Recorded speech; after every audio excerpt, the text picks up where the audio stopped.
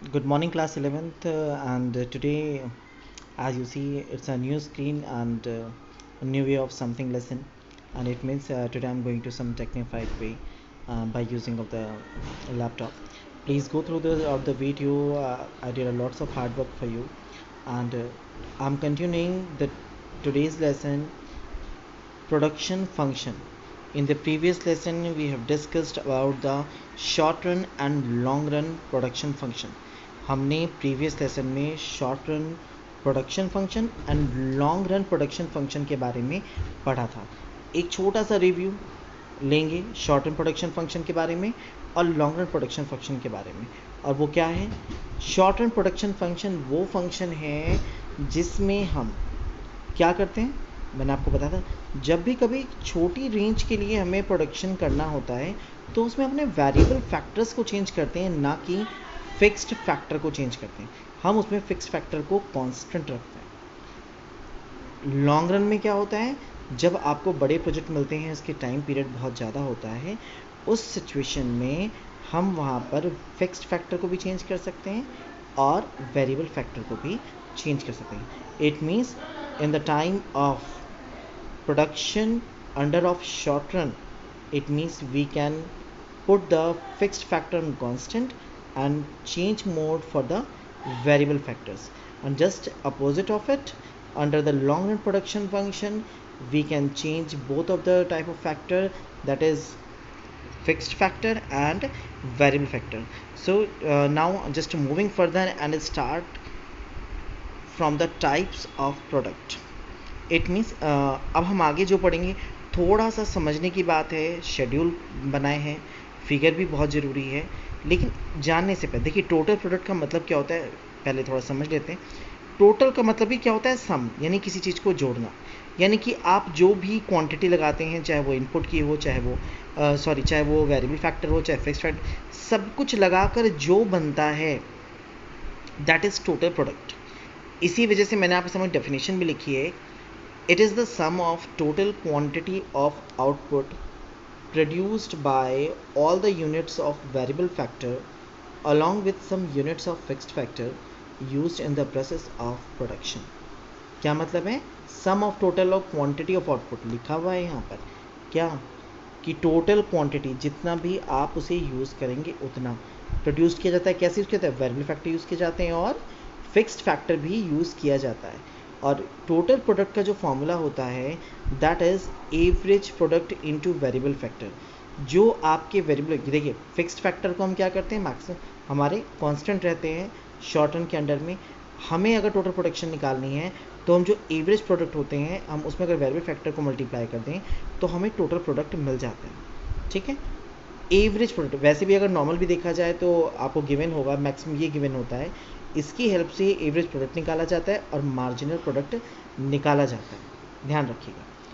Average product क्या होता है? It refers to the output per unit of variable factor. It means हर variable factor को जब आप क्या यूज़ करते हैं, एक वेरिएबल फैक्टर कितना काम करता है, एवरेज कितना निकल के आता है. ठीक है, जैसे आप एवरेज परसेंटेज अपने मार्क्स के निकालते हैं, सेम एज इट इज़ उसमें टोटल मार्क्स करते हैं, जितने सब्जेक्ट होते हैं डिवाइड कर देते हैं. सेम चीज़ क्या है, अब आपको एवरेज किसका निकालना है? प्रोडक्ट का, प्रोडक्शन का निकालना है. इट मीन्स जितने आउटपुट आया आपको, आप क्या करते हैं, टोटल क्वांटिटी होती है जितनी भी आपके पास में है इस टाइम पर है, और आप उसे क्या करेंगे, डिवाइड कर देते हैं किस चीज़ से, जितने आप वेरिएबल फैक्टर यूज़ करते हैं ये उनके बारे में, या फिर जितने आप वहाँ पे quantity of variable factor use करते हैं उनके बारे में बात की गई है. ठीक है, यानी जितना टोटल आपका आउटपुट है उसे आप डिवाइड करेंगे वेरिएबल फैक्टर से. थोड़ा सा यहाँ पे ध्यान रखिएगा, ये चेंज है. ठीक है, यहाँ पे वेरिएबल फैक्टर के बारे में बात की गई है. अभी आपके सामने शेड्यूल आएगा, आप समझ जाएंगे. ये थोड़ा सा मिस टाइपिंग है. ठीक है, टोटल क्वांटिटी जितनी भी होती है, अगर आप उसे जितने वेरिएबल फैक्टर आप यूज़ कर रहे हैं, अगर आप उसे डिवाइड कर देते हैं तो हमें क्या मिलता है, हमें एवरेज प्रोडक्ट मिल जाता है. ठीक है, नेक्स्ट मूव करते हैं. मार्जिनल प्रोडक्ट पहले भी हम पढ़ चुके हैं, जहाँ हमने टोटल यूटिलिटी पढ़ी थी, मार्जिनल यूटिलिटी पढ़ी थी. इट मीन्स एक फेज़ से दूसरे फेज़ में आने पे कितना चेंजेस हुआ. इट मीन्स जो हमने उसमें पढ़ा था, टोटल प्रोडक्शन जितनी हो रही है और उससे पहले में जितनी हो रही है, दोनों का डिफरेंस यही क्या कहलाता है, that is a marginal product. It means it refer to the additional product which can be derived by employing one more unit of variable factor. It means जितना यहाँ पर है, मान लीजिए अगर 4 यहाँ पर है और यहाँ 6 है, तो मार्जिनल क्या हुआ 6 माइनस 4, यानी कि नेक्स्ट जो आएगा उसके बारे में बात कीजिए। 6 माइनस 4 ये क्या है, सेकेंड वन, और this is 2 minus 1 it is 1, यानी सेकेंड में कितना है, फर्स्ट में कितना है 6 और यहाँ 4, यानी 6 minus 4 equal to 2। Other way is that is change in total quantity, जितना चेंजेस हुआ है, और चेंज इन क्वांटिटी ना वेरिएबल फैक्टर।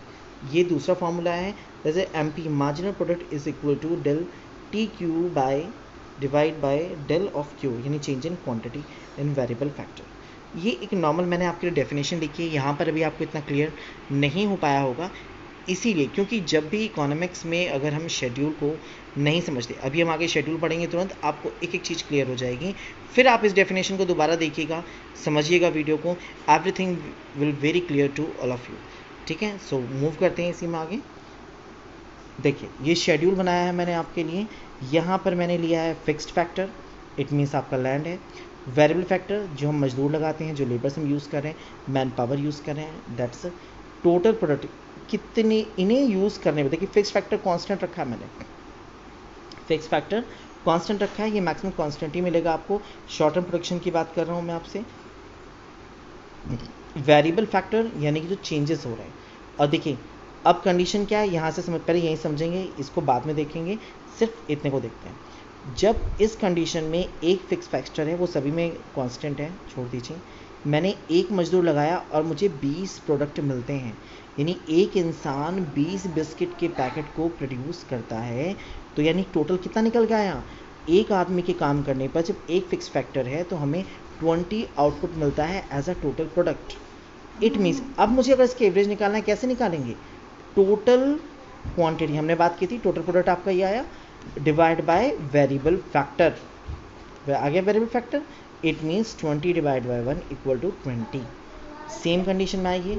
अब मैंने फिक्स फैक्टर को कांस्टेंट रखा, लेकिन वेरिएबल फैक्टर को मैंने I am just increasing by 1, it means from 1 to 2 is here, and now I'm getting the total product is, that is 50. It means now we have to apply the same, what, total product divided by the variable factor, it means 50 divided by 2, I'm getting the 25 as a average product in case I'm using the variable factor as a 2, fixed factor as a 1. Same as I'm increasing again 1%, it means here is a variable factor is a 3, fixed is a 1. Now total production is a 90 product, and now the average is 90 divided by 3, it means 90 divided by 3, that is a 30, that is average product निकला। Average product आपका कैसे निकाला, TP divide by variable factor, ये निकला है। Same as जब 4 की, यानी अब मैंने क्या किया, अब मैंने एक और मैंने इंक्रीज़ किया, और यानी 3 से 4 कर दिया, यहाँ पर मैंने फिक्स्ड फैक्टर 1 रखा है, वेरिएबल फैक्टर मैंने 4 रखा है, टोटल प्रोडक्ट मेरे यहाँ 116 है। It means now we can get the average product, how, it means we have to divide the total product as 116 divided by variable factor, that is 4, now getting 29. Marginal की बात जो की थी, क्या कहा था कि एक जो आपके बढ़ते कितनी इंक्रीज हो रहा है, यानी इस फेज से इस फेज में कितना इंक्रीज हो, कहाँ पर, टोटल प्रोडक्ट में, एवरेज में नहीं, ये तो एवरेज निकल आया कि एक इंसान एवरेज कितना दे रहा है, ये 2 दे रहे हैं, तो 2 कितना काम करें, यानी कि दोनों एक औसत अगर निकाला जाए एवरेज का, यानी दोनों 25 करें, एवरेज है। ये पॉसिबिलिटी है कि एक आदमी 30 निकाल रहा हो और एक आदमी 20 कर रहा हो, लेकिन अगर एवरेज की बात की जाएगी तो इट मीन्स दोनों के हिस्से में बराबर आएगा। 3 है तो तीनों 30 कर रहे हैं, बल्कि पॉसिबिलिटी कुछ भी है, हम एवरेज की बात कर रहे हैं। तो इट मीन्स जब मार्जिनल की कंडीशन आएगी तो यहाँ पर क्या है, हमारे पास में मार्जिनल है, इससे पहले कोई फीस नहीं है, इट मीन्स जितना टोटल प्रोडक्ट है वही मार्जिनल है। लेकिन जब नेक्स्ट फीस हमारे पास में आता है 50 माइनस 20, कितना डिफरेंस है इसमें, कितनी बढ़ोतरी हुई, 20 से 50 हो गया, कितने बढ़े, 20 प्लस 30, यानी कि कितना हो गया 50। इट मीन्स नाउ यहाँ पर सेम एज यहाँ से यहाँ कितना होगा ये चेक करना होगा, तो यानी क्या किया हमने, 20 के 20, इस फेस में 30, 50 माइनस 20, इस फेस में हमारे पास 90 माइनस 50 कितना आ गया 40, और इस फेस में 116 minus 90, it means 26। That is our schedule. यहाँ पर आपको ये कंडीशन सारी क्लियर होती है, व्हाट इज़ टोटल प्रोडक्ट, जितनी प्रोडक्शन हो रही है, एवरेज एक इंसान कितना काम कर रहा है, कितना औसत आ रहा है, और नेक्स्ट वन, एक फेज से दूसरे फेज में उस कंडीशन में जब फिक्स्ड फैक्टर कांस्टेंट है, वेरिएबल फैक्टर चेंजेस हो रहे हैं, तो कितना वेरिएशन आ रहा है, कितना मार्जिन आ रहा है। It means difference of two phases. Clear है? चलिए आगे मूव करते हैं। और बहुत इंपॉर्टेंट टॉपिक है, एक लॉ है आपका इसमें, और ये मैक्सिमम आपसे 3 या 6 नंबर में आता ही आता है, जो बहुत इंपॉर्टेंट है। That is law of variable proportion, law of return to a factor. इसको दो नामों से भी जाना जाता है, या तो बोला जाता है लॉ ऑफ वेरिएबल प्रोपोर्शन या फिर law of return to a factor. ध्यान रखिएगा, दोनों ही नेम इसके हैं। पहली कंडीशन ये शॉर्ट रन प्रोडक्शन के लिए, लॉन्ग रन के लिए नहीं है। इट मीन्स हमें शॉर्ट रन में हम क्या करते हैं, इट मीन्स शॉर्ट रन में हमें क्या करना पड़ेगा, वेरिएबल फैक्टर को हम चेंज करेंगे और फिक्स्ड फैक्टर को हम कांस्टेंट रखेंगे। अभी in the further slide just draw some schedule and a figure also for you, where I put up the fixed factor as a constant and changing in the variable factor and we have to justify। अब देखिए क्या कहता है, एक बार ध्यान से समझिएगा, इसको नोट डाउन कर लीजिएगा। ये आपका लॉ है, ये कह रहा है as we increase the quantity of only one input, यानी अगर हम एक इनपुट यानी वेरिएबल फैक्टर को बढ़ाते हैं और बाकी keeping other factor constant, it means सभी फैक्टर को कांस्टेंट रखते हैं, उसमें कोई भी चेंज नहीं होता है। इसका मतलब है टोटल प्रोडक्ट शुरू में इनिशियली क्या होगा, बढ़ेगा। फर्स्ट फेज क्या कह रहा है, देखिए फर्स्ट फेज से कहता है टोटल प्रोडक्ट इनिशियली इंक्रीज, जो टोटल प्रोडक्शन है वो बढ़ेगी, इंक्रीजिंग। देन फिर क्या होगा, डिक्रीजिंग होगा, और डिक्रीजिंग के बाद finally at a negative rate, यानी कि माइनस में भी चला जाएगा। अब यहाँ क्या बात आई, यहाँ 3 फेसेस आ रहे हैं कि जैसे ही आप वेरिएबल फैक्टर्स को बढ़ाते जाते हैं तो एक कंडीशन आती है, शुरू में तो बढ़ता है, फिर घटेगा और फिर फाइनली कहाँ जाएगा, नेगेटिव। क्या बढ़ाएंगे, जब हम अपने एक वेरिएबल फैक्टर को बढ़ाते जाते हैं तो ये कंडीशन आती है, और वो कंडीशन क्या आती है कि जो टोटल प्रोडक्ट हैं हमारे फर्स्ट के साइड वे बढ़ते हैं, फिर वो घटते हैं और फिर वो निगेटिव हो जाते हैं। ठीक है, ये आपको शेड्यूल से, ये एक अजम्पशन, किसी भी लॉ को पढ़ने से पहले हम ये अजम्पशन क्या होते हैं जो हम मान के चलते हैं, इसे मान के चल के ही हम इसके एग्जैक्ट कंपोनेंट ऑफ कंसेप्ट पे जा सकते हैं। और क्या होते हैं, ये जो थ्योरी है ये totally short run production function पे, शॉर्ट रन के बारे में है, लॉन्ग रन के बारे में एप्लीकेबल बिल्कुल नहीं है। 2 फैक्टर्स हम इसमें यूज़ करेंगे, fixed factor and variable factor हम यूज़ करेंगे।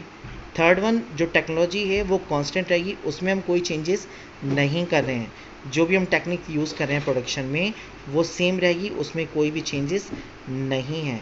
And the last one, it apply on field only. और फील्ड का मतलब क्या है, ये प्रैक्टिकली अप्लाई किया जाएगा तब समझ में आएगा, यानी आप इसे फील्ड में लेके चलेंगे तब आप इसको मेजर आउट करेंगे। आगे चलने से पहले एक चीज़ समझ लीजिए, एक एग्जांपल मान के चलिएगा कि आपके पास में जो लैंड है वो फिक्स है, यानी कि आपके फिक्स्ड कैपिटल जो है आपकी वो फिक्स है, उसमें कोई चेंजेस नहीं है। उस लैंड के हिसाब से हमें लेबर रखने हैं और प्रोडक्शन करनी है, तब आपको अगला शेड्यूल और फिगर समझ में आएगा जब आप इस अजम्पशन को लेके चलेंगे। It means here is a 4 assumption. What exactly? It is for the short run production function. We will use the 2 factors only, that is a fixed and the variable factor. Technology will be the constant, it will not getting any change. And the last one, it is a practically applicable. ये practically applicable होगा तब समझ में आएगा। And for the example we have to just fix out our land. हम एक land लेना होगा, 1 बीघे 2 बीघे जो भी आप लेना चाहें, कितने स्क्वायर फीट आप उसे कांस्टेंट रखेंगे, चेंज नहीं करेंगे। उस लैंड की कैपेसिटी और प्रोडक्शन मशीन टेक्नोलॉजी सब कांस्टेंट है, उसके हिसाब से आप कितने वेरिएबल फैक्टर करेंगे, बढ़ाते जाएंगे और क्या क्या चेंजेस आएंगे, तब आप लॉ ऑफ वेरिएबल फंक्शन समझ सकते हैं। इस लॉ को क्या कहते हैं, लॉ ऑफ वेरिएबल प्रोपोर्शन, इसे आप समझ सकते हैं। देखिए that is a schedule for you for the law of variable proportion. ये इसके लिए एक शेड्यूल है, इसे ध्यान से बना लीजिएगा। थोड़ा सा I am really sorry for this, because जब मोबाइल यूज़ करते हैं थोड़ा सा ये हिलता है, ठीक है, तो ध्यान करके समझ लीजिएगा, शेड्यूल बना लीजिएगा अपनी कॉपी में।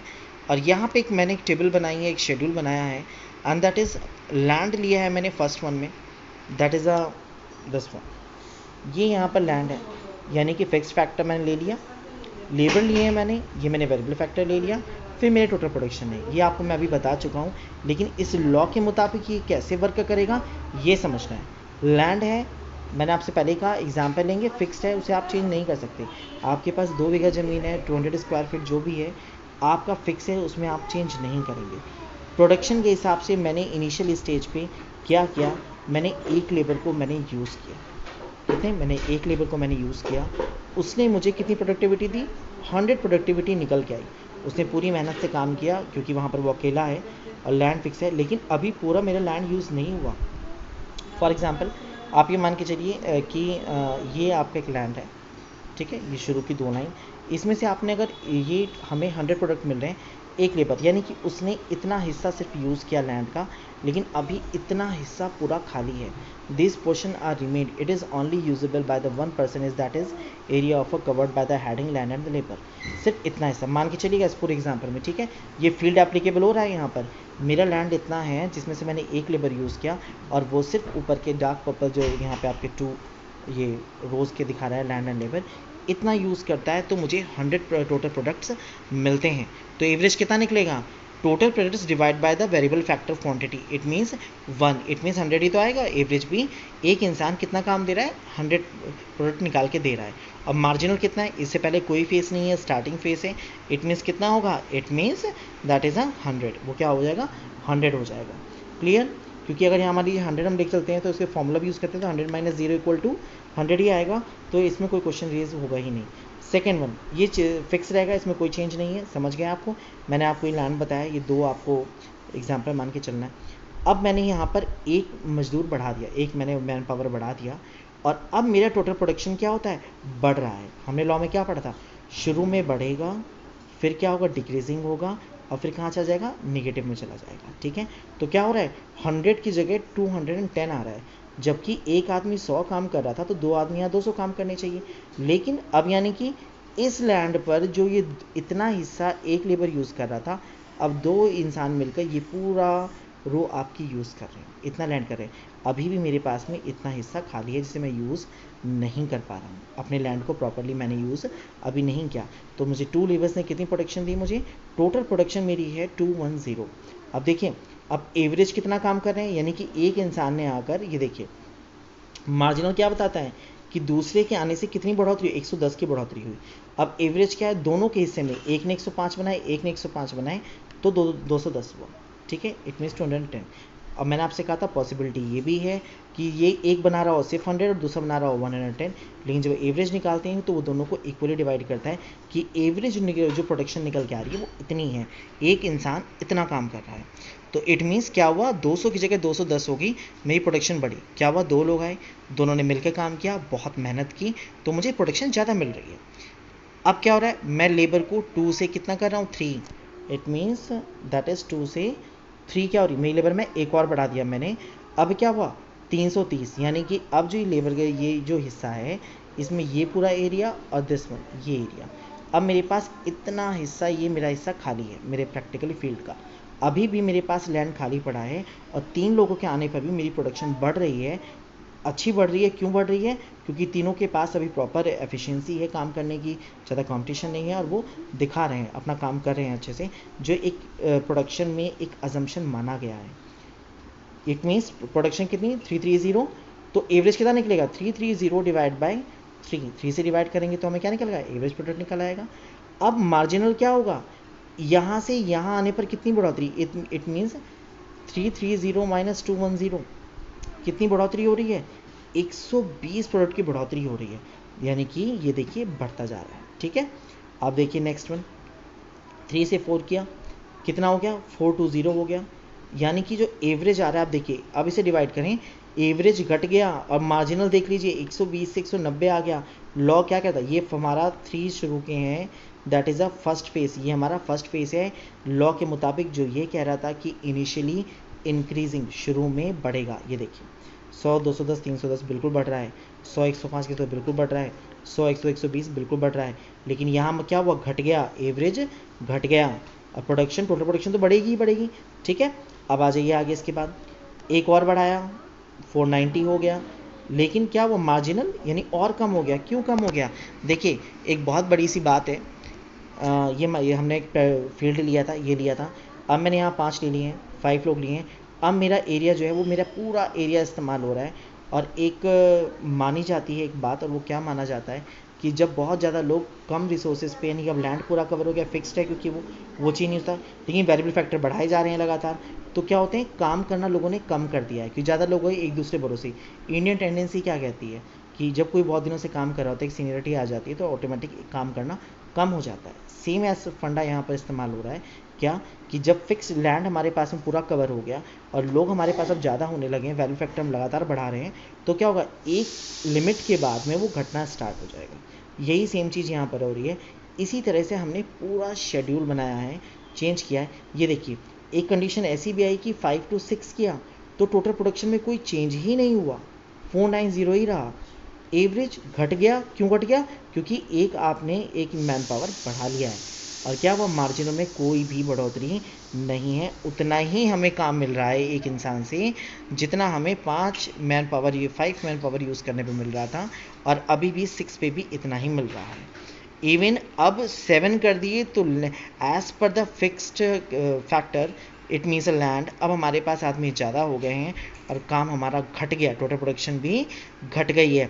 लॉ ने क्या कहा था, फिर से ध्यान दीजिए, पीछे चलता हूँ, अब देखिएगा, ये अजम्पशन हो गए, इससे पीछे ये देखिए, as we increase the quantity of only one, एक एक बढ़ाते जा रहे हैं, keeping other factor constant, fix factor constant का, देन द टोटल प्रोडक्ट, जो टोटल प्रोडक्ट है वो क्या हो रहा है, इनिशियली बढ़ रहा है, ठीक है, ये सिर्फ टोटल प्रोडक्ट के लिए बता रहा हूँ मैं यहाँ पर, क्या हो रहा है, बढ़ रहा है, फिर घट रहा है, और फिर नेगेटिव जा रहा है, ठीक है, यानी कि और भी कम होता चला जाएगा लगातार।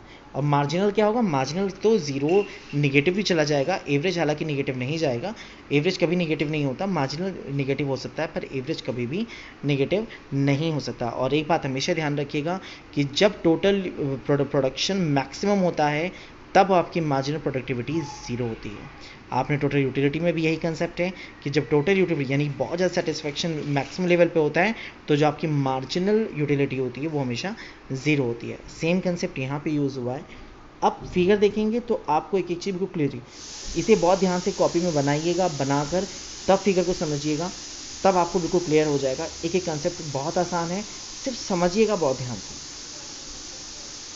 ये देखिए, मैंने एक फिगर बनाया है, थोड़ा सा आपको कम विजिबल हो रहा होगा ये, ठीक है, एक्चुअली स्लाइड में बनाना बहुत मुश्किल होता है इसे।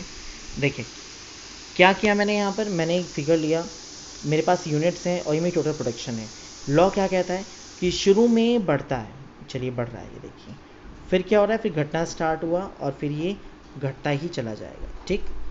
सेम एज अब मैंने एवरेज प्रोडक्ट और मार्जिनल का अलग से बनाया, तो मैं पास ले जाता हूँ, ध्यान से देखिए, ये देखिए, ये क्या कहता है, ये मेरे यूनिट्स हैं, ये मेरे क्या है, एवरेज प्रोडक्ट मार्जिनल प्रोडक्ट। ये मैंने दो कर्व बनाए हैं, थोड़ा सा इधर उधर हो सकता है क्योंकि एग्जैक्टली नहीं बन पाया ये, लेकिन बिल्कुल अबाउट टू सिमिलर यही है। मार्जिनल प्रोडक्ट हमने टेबल में भी देखा था, क्या था, देखिए मार्जिनल प्रोडक्ट, एक सेकेंड, ये देखिए, that is a marginal product, और ये क्या हो रहा है, -2, ज़ीरो आ रहा है, ज़ीरो भी हुआ, कम भी आ रहा है, इट मीन्स दिस वन, ये देखिए, that is a marginal product. ये क्या हो रहा है, बढ़ा फिर घटा। देखिए फर्स्ट फेज में क्या हुआ, शुरू के 3 फेज हमारे क्या थे, लगातार प्रोडक्शन बढ़ रही थी, फिर घटनी स्टार्ट हो गई, ये घटते घटते ज़ीरो भी आ गया, और ज़ीरो से कहाँ पहुँच गया, ये नेगेटिव चला गया, मार्जिनल प्रोडक्ट। एवरेज क्या हो रहा है, शुरू में बढ़ता है, फिर घटता है, घटता है, घटता है, पर ज़ीरो कभी भी नहीं जाता। तो इन दो, एक टोटल आपके प्रोडक्ट का कर्व बन गया, फिगर बन गया, एक आपके एवरेज प्रोडक्ट और मार्जिनल प्रोडक्ट का फिगर बन गया। अब दोनों को साथ में देखिए, वीडियो पॉज के आप फिगर बना सकते हैं आसानी से। अब देखिए 3 फेसेस हैं। फर्स्ट फेज क्या कहता है, जहाँ पर टोटल प्रोडक्शन बढ़ रही है, एवरेज प्रोडक्शन बढ़ रही है और मार्जिनल प्रोडक्शन बढ़ रही है। देखिए यहाँ पर थोड़ी मिस्टेक है, ये जो है आपका, ये जो घट रहा है, ये घटेगा आपका इस लाइन के बाद, ध्यान रखिएगा, घटेगा इस लाइन के बाद, इसे सही कर लीजिएगा, ठीक है। सेकेंड फेज क्या आता है, जहाँ पे डिक्रीजिंग होता है, घटता है, और फिर कहाँ जाता है, फिर निगेटिव चला जाता है। यही कंसेप्ट है, इसी को समझना था, लेकिन कब समझेंगे, जब आप शेड्यूल को प्रॉपर समझेंगे, सब चीज़ जानेंगे। As the figure shows that the initially stage the total production is increasing, then decreasing and going to negative, same as the average product and margin product can be zero and negative, but average product can never be the minus, it means negative। और ये curve मैंने बनाया हुआ है as per the units that shows the average product and marginal product, and as per the units it shows the total production। Clear है, ये 3 faces हैं। First phase इस लाइन से इधर का फर्स्ट फेज, ये बीच का सेकेंड फेज जहाँ पे डिक्रीजिंग है, और ये जब नेगेटिव जाना स्टार्ट होता है, और फर्स्ट फेज जब बढ़ता है, ठीक है, ये उसके लिए बनाया गया है। So the students please, it is all about an a very important question, examination point of view बहुत इंपॉर्टेंट क्वेश्चन है, ध्यान रखिएगा, समझिएगा, वीडियो कई बार देखिएगा, कोई प्रॉब्लम है तो you will ask me on my personal number. Okay guys, so be take care, thank you.